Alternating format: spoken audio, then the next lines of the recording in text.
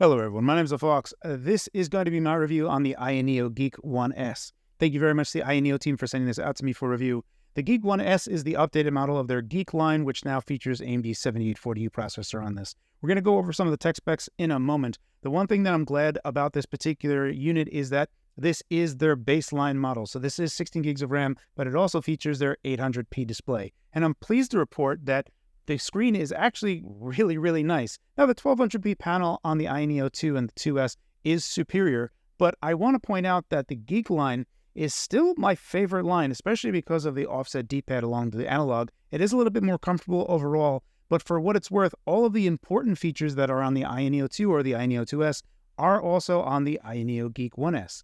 Let's quickly go over some of the specs to kind of go over what's there in the package.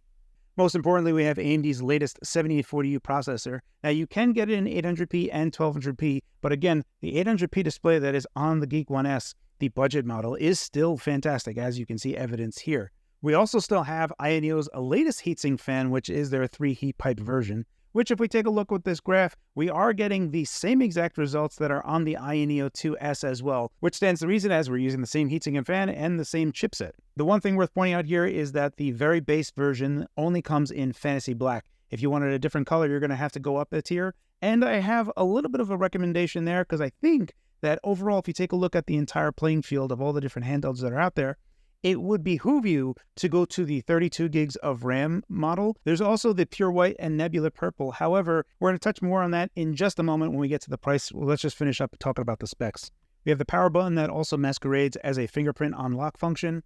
It says the Geek controller here, but for all intents and purposes, this is largely the same as the AYANEO 2 and the AYANEO 2S. However, because the AYANEO 2 and the AYANEO 2S have that all-glass display and they have an inline analog stick and D-pad, I actually prefer the layout of the Geek controller, which offsets the D-pad a bit and makes it a bit more comfortable. So overall, I still largely prefer the Geek models of AYANEO's offerings.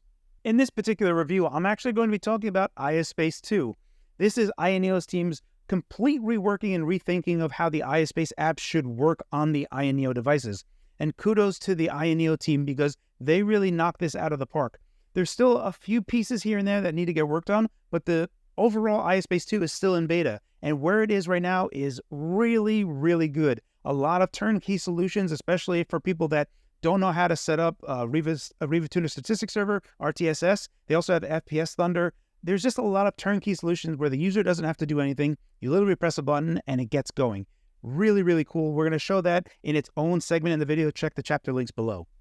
And last, we have the 50 watt-hour battery, which is a nice sized battery for this device. If we take a look at the graph, if we take a look at maximum wattage that you're going to go on the device, you're looking at around 70 minutes of battery life. That's pushing the device all the way. However, we did like just 7 watt TDP, which isn't the lowest that it can actually go. We're looking at a little bit like 3.5 hours of battery life. However, with AYASpace 2, we can now easily enable SmartTDP, which is what AYASpace calls their auto TDP function, which will automatically leverage CPU and GPU clocks based on what the game needs, and you can set that via an FPS limit slider. For instance, we're going to take a look at the game called Fist here. I put a 60 FPS limit on here with SmartTDP, and hitting 60 FPS when you're leveraging SmartTDP functions from the AYASpace 2 app. Let's quickly take a look at the AYANEO 2 Geek 1S pricing. What we're going to see here is that the base model, which is the Fantasy Black 16 gigs of RAM, 512 gigs of storage model, starts at $700 for the early bird pricing. That is really good pricing. However, I would recommend that you actually look at the 32 gigs of RAM option as the early bird special, which is still available today. With that, at least at 32 gigs, it's 16 gigs of RAM. What you're looking at is a system that is at least comparable to other devices that are out there right now, including the Steam Deck and the Asus ROG Ally.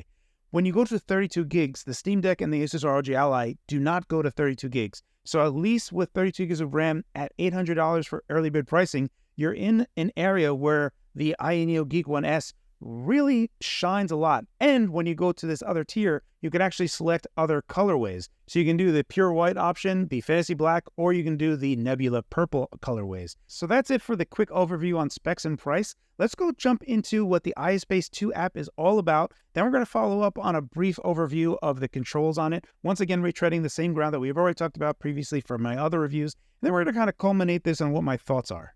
In this particular segment, we're going to be taking a look at AYASpace 2. This is the new version of AYASpace that the Aya team has developed, and they have redesigned and rethought everything here. And I think a lot of people are going to be really happy with this new iteration that the Aya team has developed. They've borrowed a lot of different ideas. So for instance, right now we're in the main front end where we can go ahead and launch different games. So you can see Batman Arkham Knight here. It shows that it's actually in the Steam launcher. But if I were to go over to say something that was loaded with the Xbox app itself, you can see that it is recognized as such. And then you can jump in here and kind of get a little bit more of a distilled information before you go ahead and launch. And you can also have different options for the game as well to modify some of the stuff here, which is really cool to see. Now, one of the things that it does is that if we were to minimize the front-end launcher, if you were to imagine the Aya button here as the Steam's QAM button or quick access menu, you're presented with a screen that is very, very similar to what people anticipate here. So you can very easily just set the TDP to whatever you want. Now over here, you can see that there is a smart setting, which is really cool because when you go to smart setting, what it is effectively doing is Aya's own internal auto TDP implementation. So what is going to be happening is it's going to go ahead and say, do you want to enable smart TDP? You can say, yeah, I understand. Sure, go ahead and do it. Because they're going to tell you a few different things here. One is that when we enable this, we are now going to be superseding CPU and GPU clocks. And because we are going to be superseding GPU clocks, we cannot get out of SmartTDP without either rebooting the machine or going to sleep. So if we were to get out of SmartTDP, you can see that we're instantly presented with a screen to do S3 sleep, reboot, or not. So you can choose to go S3 sleep, and this will put the machine to sleep, and then we're going to have to wait for this process to finish. So I'll go ahead and wait here. Okay, now the device is back awake, and you can see that we're back into 33 watt. At this point, the Smart TDP or the Auto TDP functionality is no longer active, and we can go ahead and log in. The other part that's really cool here is that you can easily set up a performance overlay. So over here, you just saw the FPS Thunder. This comes pre-packaged with AYASpace 2, so you can see it's right there. However, if you wanted to use RivaTuner Statistics Server, you're going to go here, and what it's going to do is in the background, it'll actually have it download RivaTuner RTSS so that you can install it to be able to use that functionality. So now you can see I only selected that. I did nothing else, and the latest version of AYASpace 2 automatically installed the version of RTSS for me, which is really cool to see. There's other functions of the quick access menu tool that we can actually get to. So in here you can see the quick assistant. Now right now I have joystick mode. And this allows us to easily translate the analog stick into a mouse. So you can see right now that the mouse is here. If I go ahead and click on this and disable it, you can see that this is no longer a mouse. This is so that you can easily get back into a mouse mode or not mouse mode. This is so much better. Also, the Magpie interface is working as anticipated. Let me show you how FSR would work. So we're going to go ahead and open up a game in windowed mode.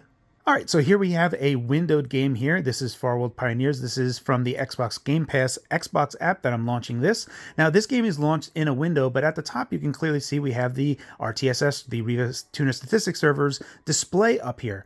I did not set that up. That was all done by the AYASpace 2 app, which is super awesome. So you have two options. You have FPS Thunder or RTSS. Either one, they're automatically set up and you're good to go.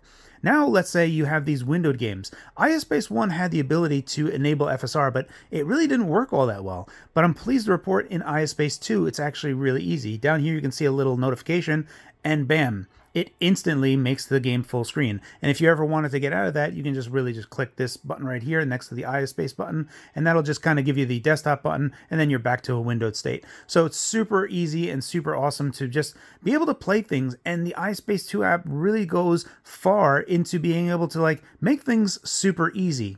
Right now, AYASpace 2 is still working and being updated, but so far it's really good. The only thing that I would say that really needs to get worked on, for instance, let's launch up another game. This is Fist, Forged in Shadow Torch. We're going to go ahead and launch this game, and I'm going to show you something. The only thing that I would say that needs to get updated is that when we are using the AYASpace app, that it does a better job of only having the control keys work for the quick access menu, because what happens is the controls are still working for the underlying game. All right, so here I am in the game, and I'll bring up the AYASpace app. Now let's go over to performance. So now if I go to, say, TDP, you see, to get into this thing, when I press A to select this, and also like left, the controls translate to the game as well. So the only thing that I would like is that when the quick access menu up is that all of the controls are intercepted only for the quick access menu and they don't translate to the game as well. But that's something that the AYASpace team, the Aya devs themselves are going to continue working on, obviously. But so far, this is just super awesome how easy it is to very quickly just get up and running. So I'm going to go ahead and set this to 5 watt, and then you can see that our FPS is going to go right down. So there's FPS Thunder. We'll go ahead and minimize this. Okay, now FPS Thunder is running. Now again, everything is running at 5 watt here, so if we go ahead and take a look at our charge rate, you can see right there that it's at 11 watt. So that means that we're taking 11 watt from the battery right now. Obviously, we're really minimizing how much power it is, but even at 5 watt, this game is still running at near over 30 FPS, which is great to see. So that's pretty much the AYASpace app. It's overall a huge improvement over the original AYASpace, and I'm looking forward to future updates from the Aya dev team. But this is so far probably the best implementation that I've been able to see outside of what the Asus ROG Ally has done. So really good job. Kudos to the AYASpace team. Can't wait to see more there. Let's go on to the next part of this video. In this next segment, I'm going to be a bit brief here. We're going to be talking about the controls that are on the AYANEO Geek 1S. For the large part, a lot of my feelings toward this I've already talked about because these are present on the AYANEO 2 and the AYANEO 2S. So for the most part, I've already talked about how much I actually love these analog sticks on the AYANEO 2 and the AYANEO Geek 1S. So we're still getting that similar stuff. The only thing that I want to point out here is that there seems to be a bit of a dead zone that has been applied on these analog sticks, so that I'm going to try to push ahead. I'm already pushing into it a little bit. Previously, I would have gotten some feedback, but right now, we don't actually get any reading until about 0.3. So it kind of just juts straight out of its dead zone, which is a bit unusual for these Hall-based analog sticks because the fidelity is really, really good here. The nice things about this stick is that we have almost zero magnetism on the cardinals here. Nothing is sticking. There is no magnetism whatsoever. So you have this very fluid feedback throughout. Also, the feeling of the sticks, the toppers that they have, these are my absolute favorite. The concavity of it, where it actually just lets your thumb just to sit into the recess. The outer ridge is one of my favorites as well. And also the overall complete tension all the way through is just fantastic. The other thing that I want to kind of mention here, and there's like just a dispute from everyone that's talking about this, I don't really care that these analog sticks make a perfect circle. Now, this is something that some people claim is absolutely necessary. Xbox Series controllers don't do this. They'll make more of a square. The Steam Deck itself makes more of a square. Other devices make more of a square. So that is something that I care about, but it is impressive because every AYANEO, from the AYANEO 2, the AYANEO 2S, now the AYANEO Geek 1S, all of these are engineered to be creating this perfect circle. The last bit we need to talk about is the D-pad itself. Now, because the AYANEO Geek 1S allows for a bit of an offset, because the AYANEO 2S has this full glass display, it kind of keeps the analog stick and the D-pad in line, which is a little bit less comfortable to use. So the Geek 1S is actually, in my opinion, superior in that we have a bit of an offset for the D-pad itself.